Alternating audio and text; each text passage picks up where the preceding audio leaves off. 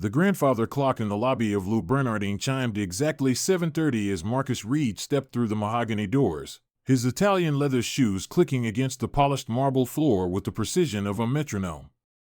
For exactly 10 years, 3 months, and 14 days, Marcus had maintained this ritual. Tuesday and Thursday evenings at 7:30 sharp, table 12 by the window, facing the street where he could observe the world while remaining largely unobserved himself.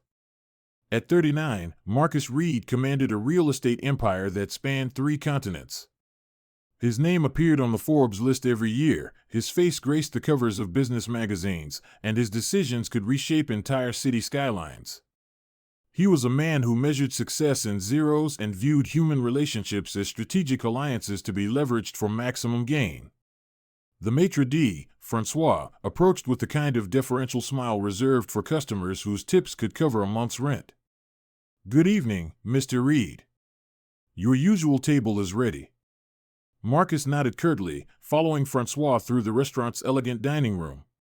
The other patrons barely glanced up from their conversations and expensive meals, accustomed to the presence of wealth and power in this establishment. Marcus preferred it that way. Anonymity among the elite allowed him to think, to plan, to strategize without interruption.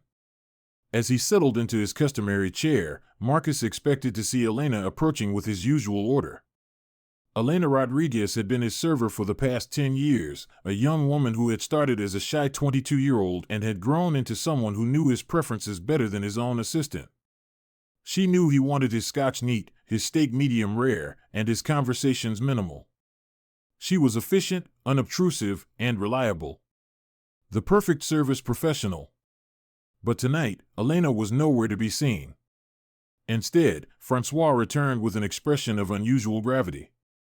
"Mr. Reid, I'm afraid Elena won't be serving you this evening. In fact, she won't be serving anyone anymore."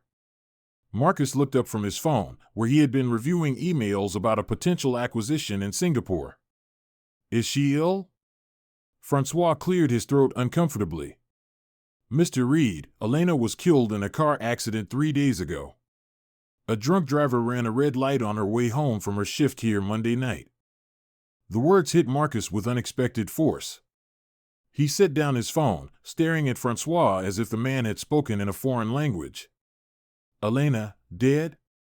The quiet, efficient woman who had served him his meals twice a week for a decade, who knew exactly how he liked his coffee and never once made small talk unless he initiated it, was gone. "I see," Marcus said finally, his voice carefully controlled. "That's unfortunate." But even as he spoke the polite words, Marcus felt something strange happening in his chest. A tightness he couldn't quite identify. Elena had been a constant in his rigidly structured life, as reliable as the sunrise or the stock market opening bell. Her absence felt like a disruption in the natural order of things. "The funeral is tomorrow afternoon," Francois continued.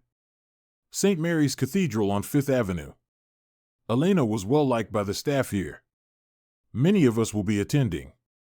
Marcus nodded absently, his mind already moving past the inconvenience of having to train a new server to his preferences. "Send flowers from me. Something appropriate."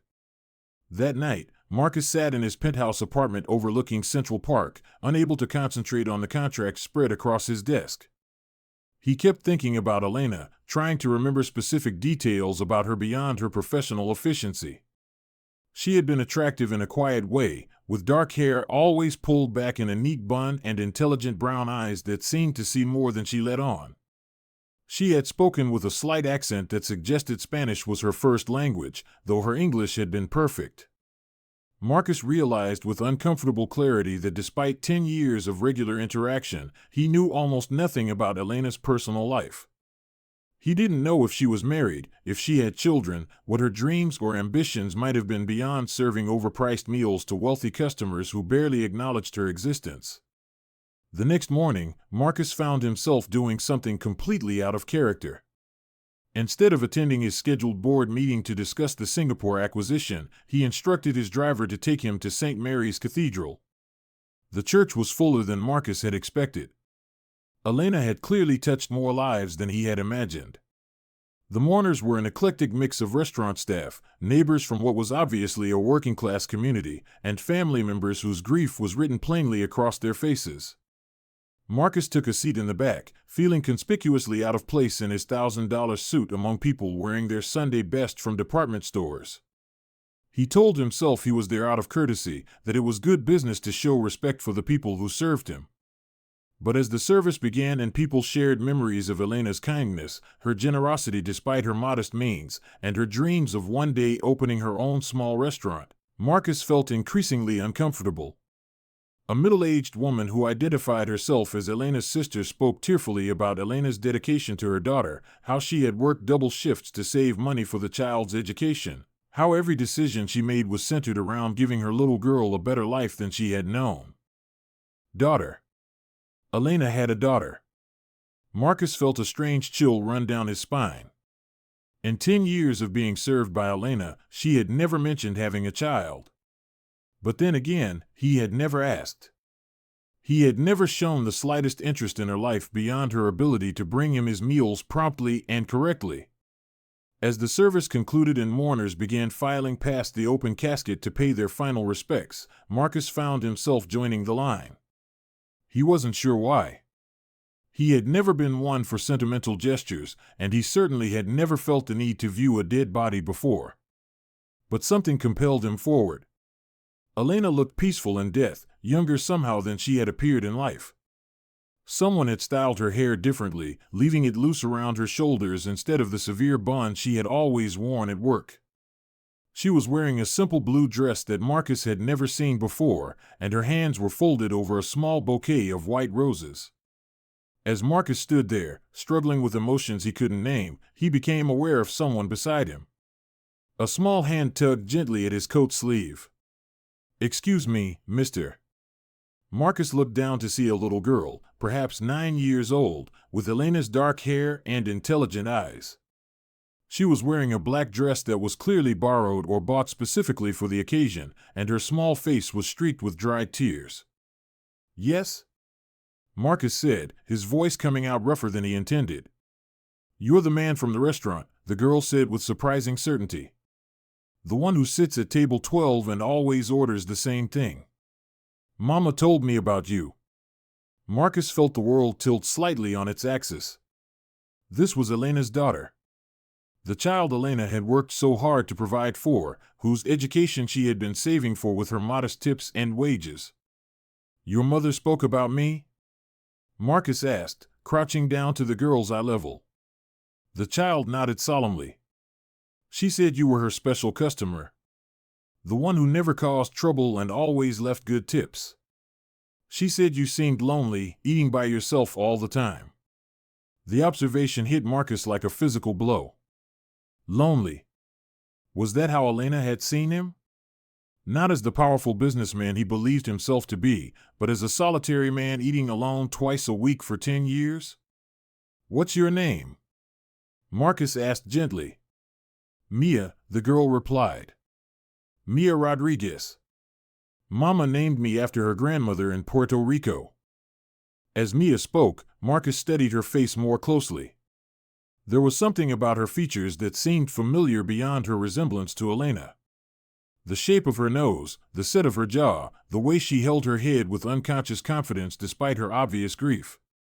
"How old are you, Mia?" 9. "My birthday was last month. Mama took me to see a Broadway show for my birthday.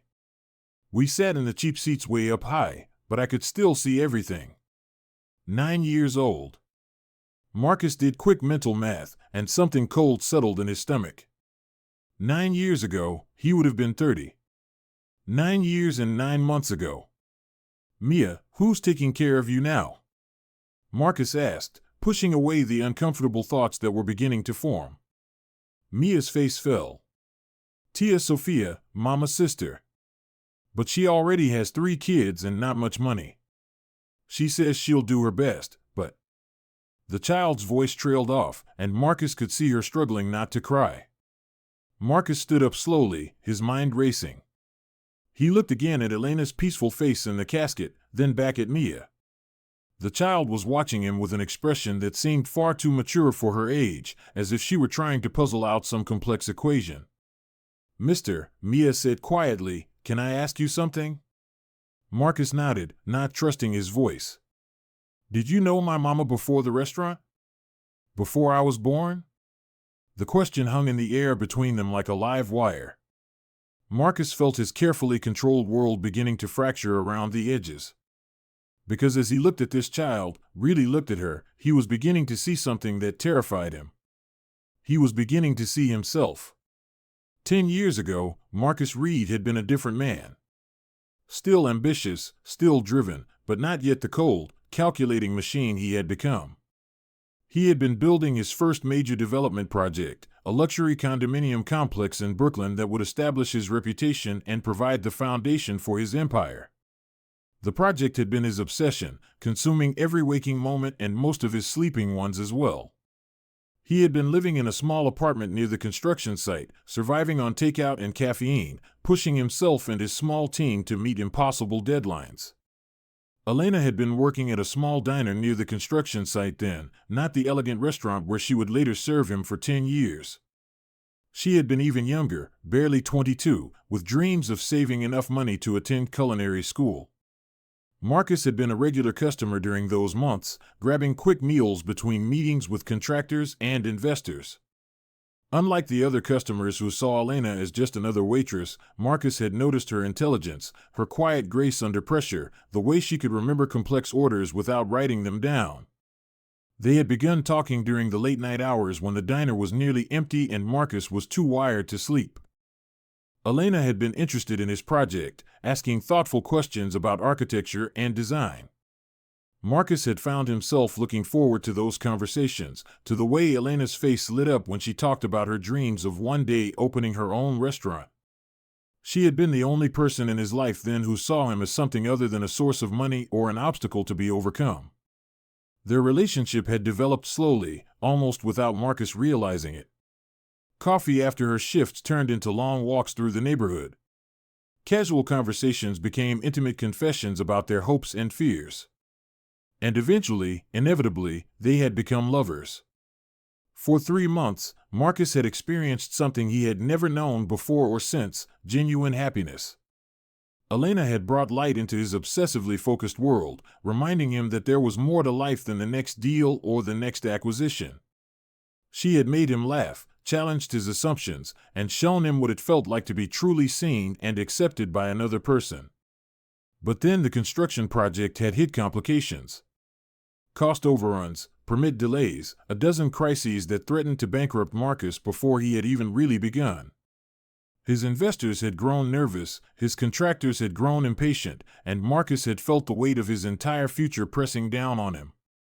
Elena had tried to be supportive, but Marcus had been too consumed by his professional pressures to appreciate her efforts. He had become distant, distracted, sometimes going days without seeing her as he worked around the clock to save his project. The end had come during one of their rare dinners together. Elena had seemed nervous throughout the meal, picking at her food and avoiding eye contact. Finally, she had reached across the table and taken his hand. "Marcus," she had said softly, "I need to tell you something. I'm pregnant." The words had hit Marcus like a sledgehammer. Pregnant. A baby. In that moment, all he could think about was everything he would lose.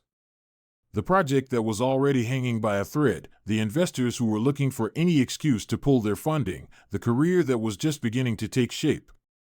"Are you sure?" he had asked, his voice hollow. Elena had nodded, her eyes bright with tears. "I know the timing isn't perfect, but we can make this work. I love you, Marcus. And I think you love me too." But Marcus had been paralyzed by fear.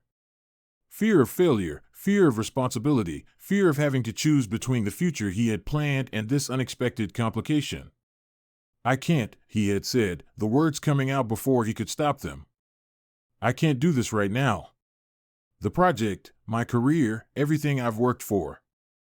Elena's face had crumpled, but she had maintained her dignity even as her heart broke. "I see," she had said quietly. "I understand.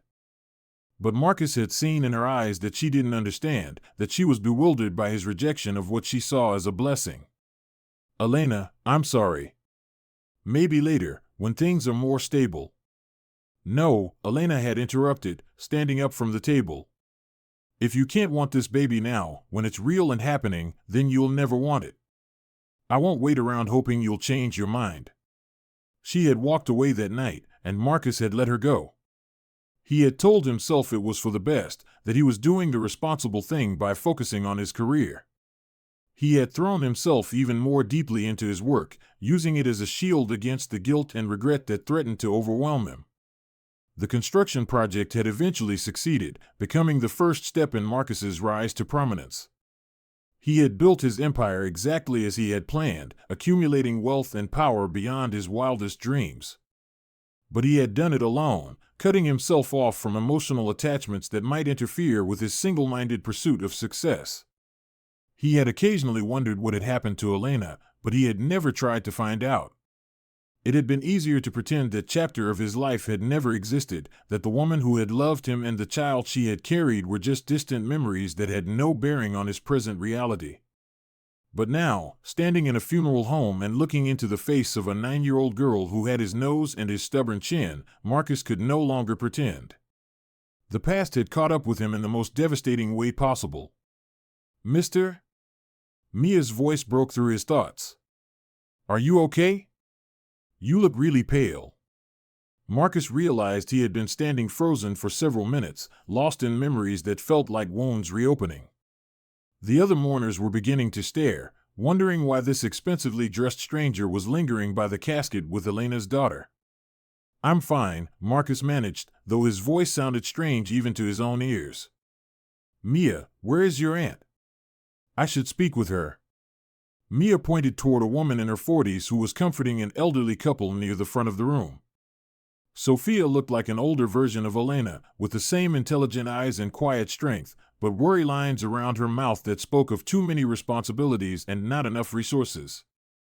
Marcus approached Sophia with the same careful strategy he used in business negotiations, knowing that everything depended on making the right impression. "Ms. Rodriguez? I'm Marcus Reid. I was a customer of Elena's at Lou Bernardine. I wanted to express my condolences." Sophia looked him up and down, taking in his expensive suit and obvious wealth with a mixture of suspicion and resignation. "Thank you," she said politely. "Elena mentioned you sometimes. She said you were always respectful."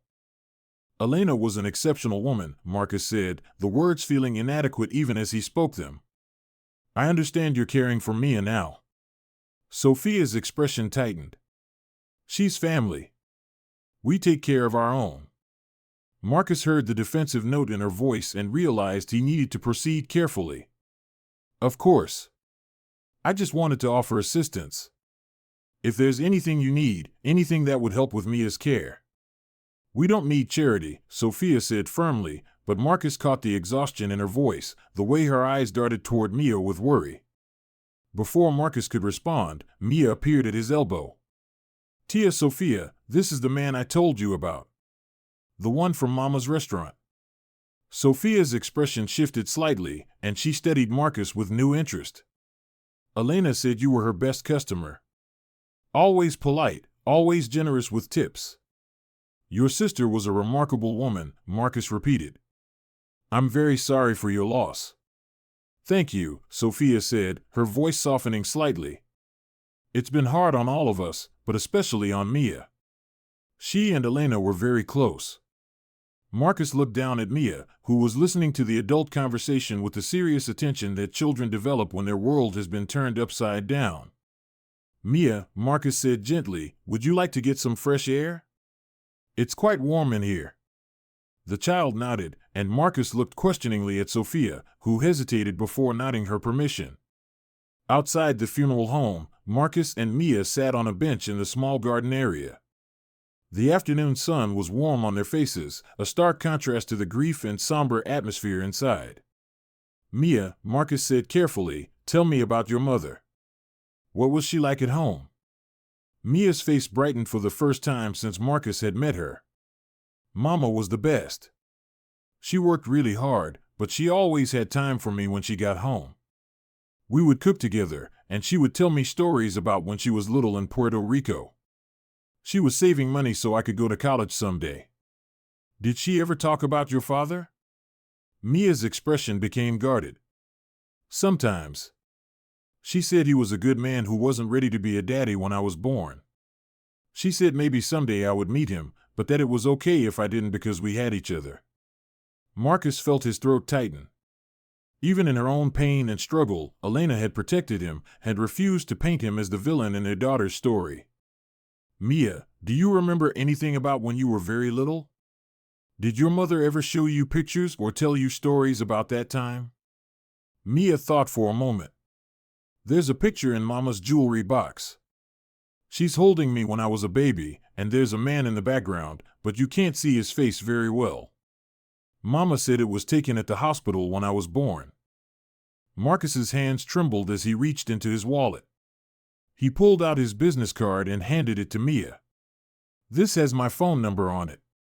If you ever need anything at all, I want you to call me. Mia studied the card with the serious attention of a child who has learned that adult promises often prove empty. Why would you help me? You don't even know me. Because, Marcus said, the words coming from somewhere deep in his chest, your mother was important to me. More important than I realized at the time. That evening, Marcus sat alone in his penthouse, staring at his phone. He had Sofia Rodriguez's contact information, and he had been trying to work up the courage to call for 3 hours. Finally, he dialed the number. Hello? Ms. Rodriguez, this is Marcus Reid. We met today at Elena's funeral. Yes, I remember. Is everything all right? Marcus took a deep breath. I'd like to arrange a meeting with you. There are some things about Elena and Mia that I need to discuss with you. Things that might change Mia's situation significantly. There was a long pause. What kind of things? I'd prefer to discuss this in person. Would you be available tomorrow evening? I could come to you, wherever is convenient. Another pause.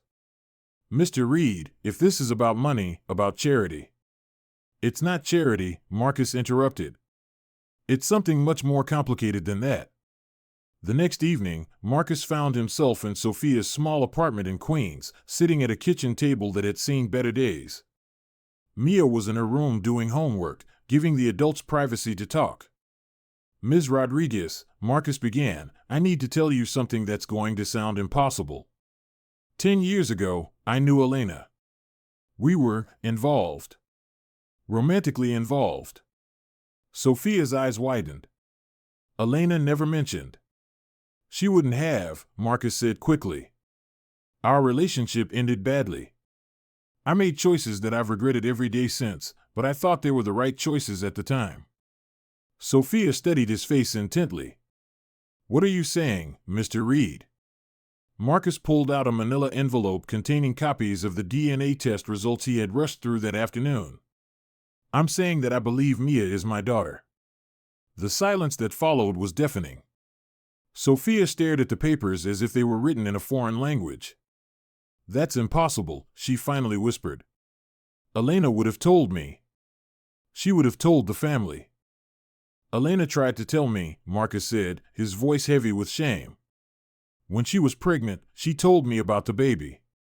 And I walked away. I was young and selfish and terrified of how a child would complicate my life. I chose my career over Elena and our daughter. Sophia's expression hardened. You abandoned them. Yes, Marcus said simply. I abandoned them. And Elena was too proud to come after me again. She raised Mia alone, never asked for anything, never even put my name on the birth certificate. Then how do you know? Because Mia looks exactly like I did at her age. Because the timing fits perfectly. Because I can see Elena's strength and my stubbornness in every expression that crosses her face. Sophia was quiet for a long time, processing this information. Finally, she spoke. What do you want, Mr. Reid? Why are you telling me this now? Because Elena is gone, and Mia needs family. Real family, not just the generosity of relatives who are already stretched too thin. Marcus leaned forward. I want to be her father. Not just in name, but in reality. I want to give her everything Elena dreamed of giving her and more. You can't just show up after 10 years and expect to be handed a child, Sophia said angrily. You don't know her.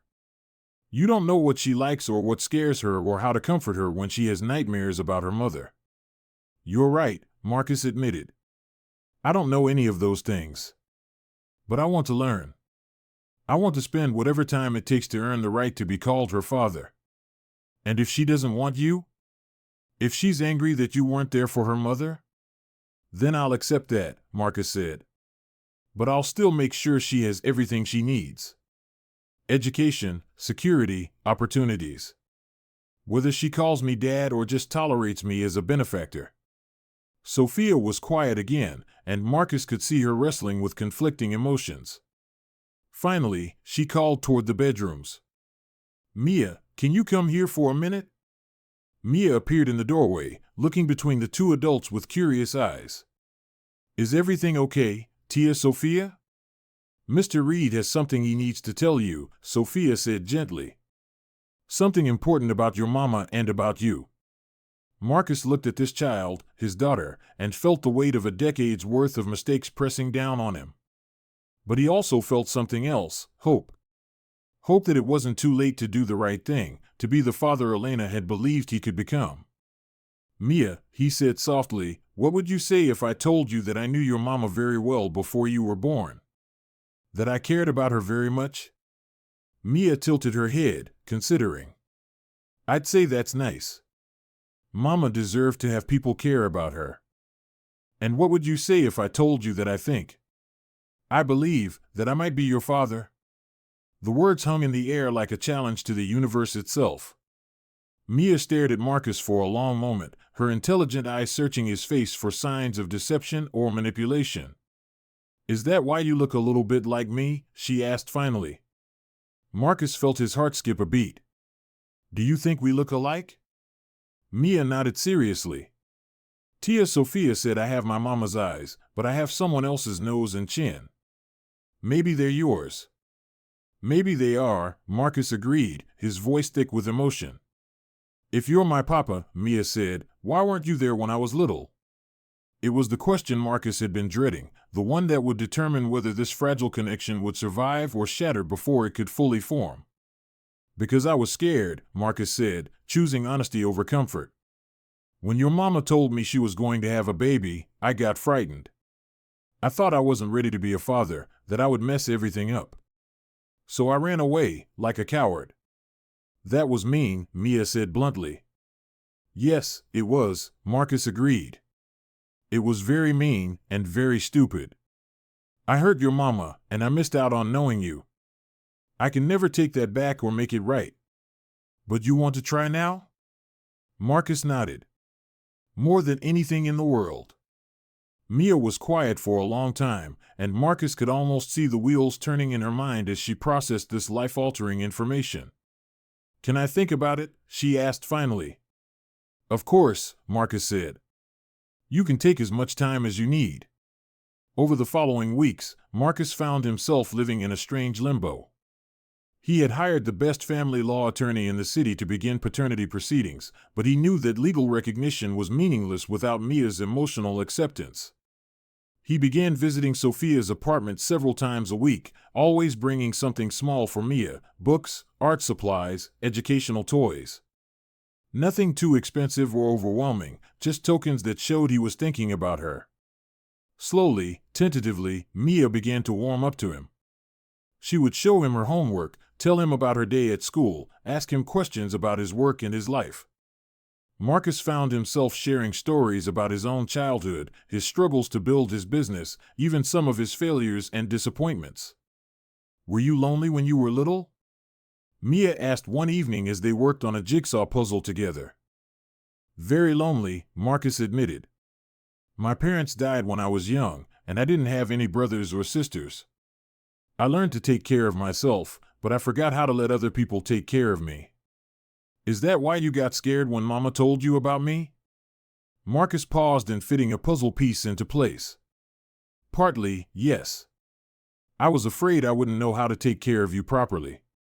But you take care of lots of people, Mia pointed out. You have a big company with lots of workers. Taking care of a business is different from taking care of a person, Marcus said. With business, you can fix mistakes with money or contracts. With people, especially children, the stakes are much higher. What stakes? Marcus looked at this remarkable child, so thoughtful and perceptive beyond her years. Your heart. Your happiness. Your future. If I mess up as your father, I could hurt you in ways that money can't fix. Mia considered this seriously. Mama used to say that people who are afraid to make mistakes never learn how to do anything important. The simple wisdom hit Marcus like a revelation. Your mama was very smart. She was. And she said you were smart too, just scared. She talked about me? Mia nodded.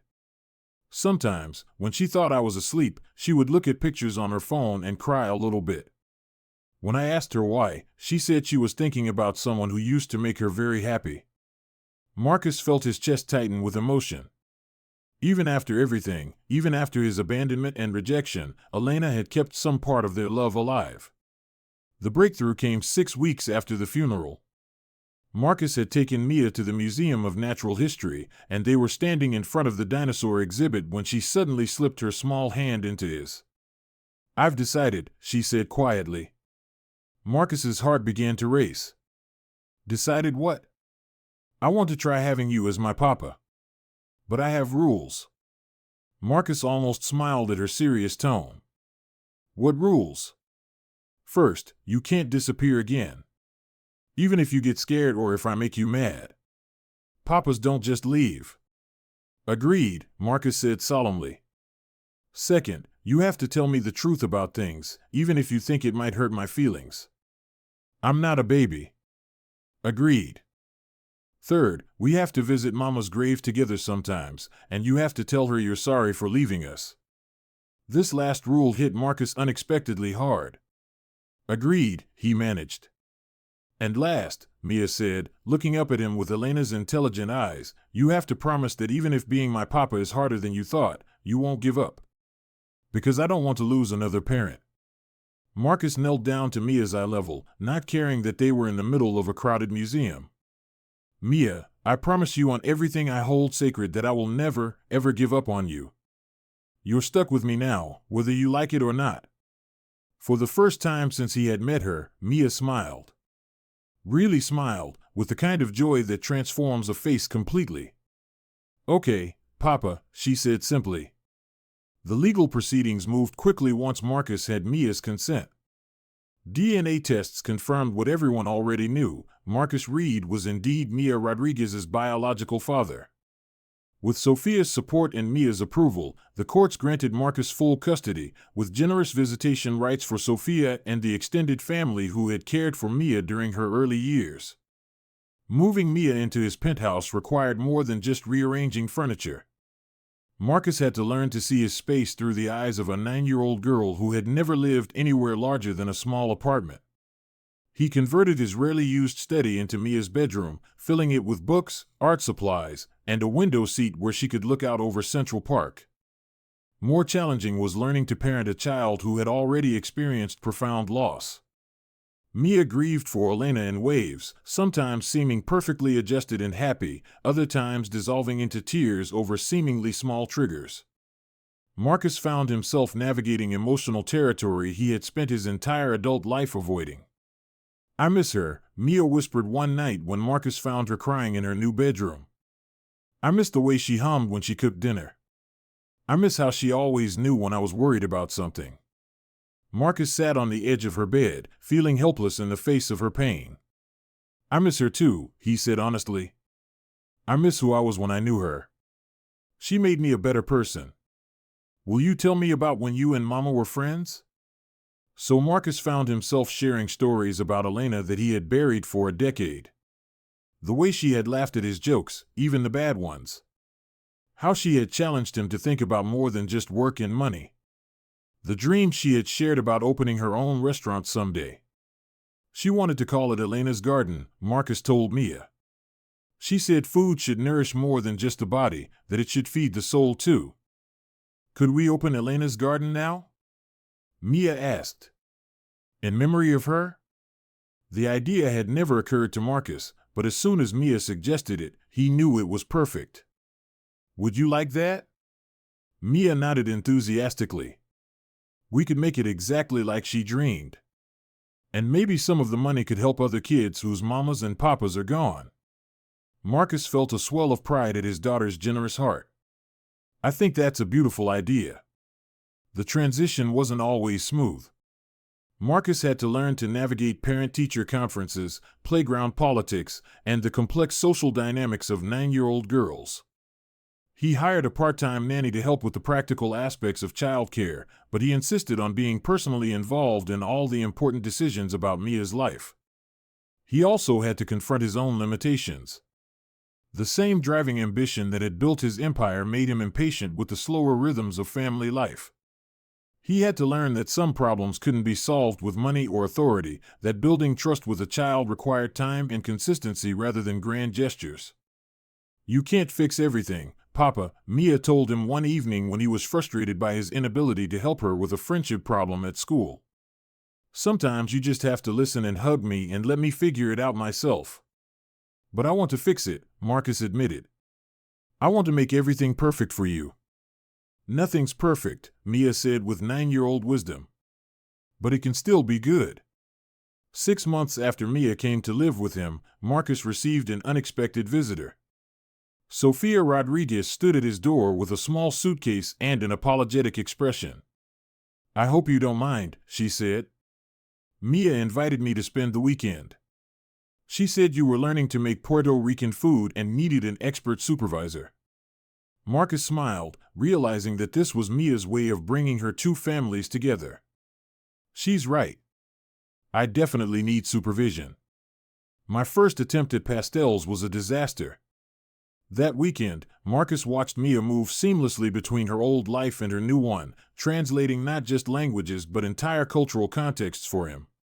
He saw how Sofia's presence grounded her, providing continuity with her mother's memory and heritage. You're doing well with her, Sofia told Marcus as they watched Mia play in the park with neighborhood children. Elena would be proud. I hope so, Marcus said. I'm still learning. We all are, Sofia replied. But the important thing is that you're trying. That you show up every day and choose to be her father, not just in name but in action. As they sat there watching Mia laugh and play with the carefree joy of childhood, Marcus reflected on how completely his life had changed. The man who had once measured success purely in financial terms now found his greatest achievements in small moments, helping with homework, reading bedtime stories, being the person Mia turned to when she was scared or excited or confused. His business hadn't suffered from his new priorities. If anything, having a deeper sense of purpose had made him more focused and effective in his professional life. But work was no longer the center of his universe. Mia was. 1 year after Elena's funeral, Marcus and Mia stood together at her grave. They had brought flowers and a framed photo of the groundbreaking ceremony for Elena's Garden, the restaurant that would open the following month. Hi, Mama, Mia said softly, kneeling to place the flowers on the headstone. I brought Papa to see you, like I promised. Marcus knelt beside his daughter, placing his hand on the cool stone. Elena, he said, his voice thick with emotion, I'm sorry it took me so long to come back. I'm sorry I wasn't brave enough to love you and Mia the way you deserved.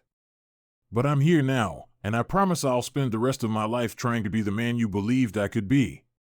They stood in comfortable silence for a few minutes, each lost in their own thoughts and memories. Finally, Mia slipped her hand into Marcus's. I think she knows, Mia said simply. I think she's happy that we found each other. Marcus squeezed his daughter's hand, feeling the truth of her words settle into his heart. Elena was gone, but her love lived on in the remarkable child she had raised and in the second chance she had somehow made possible.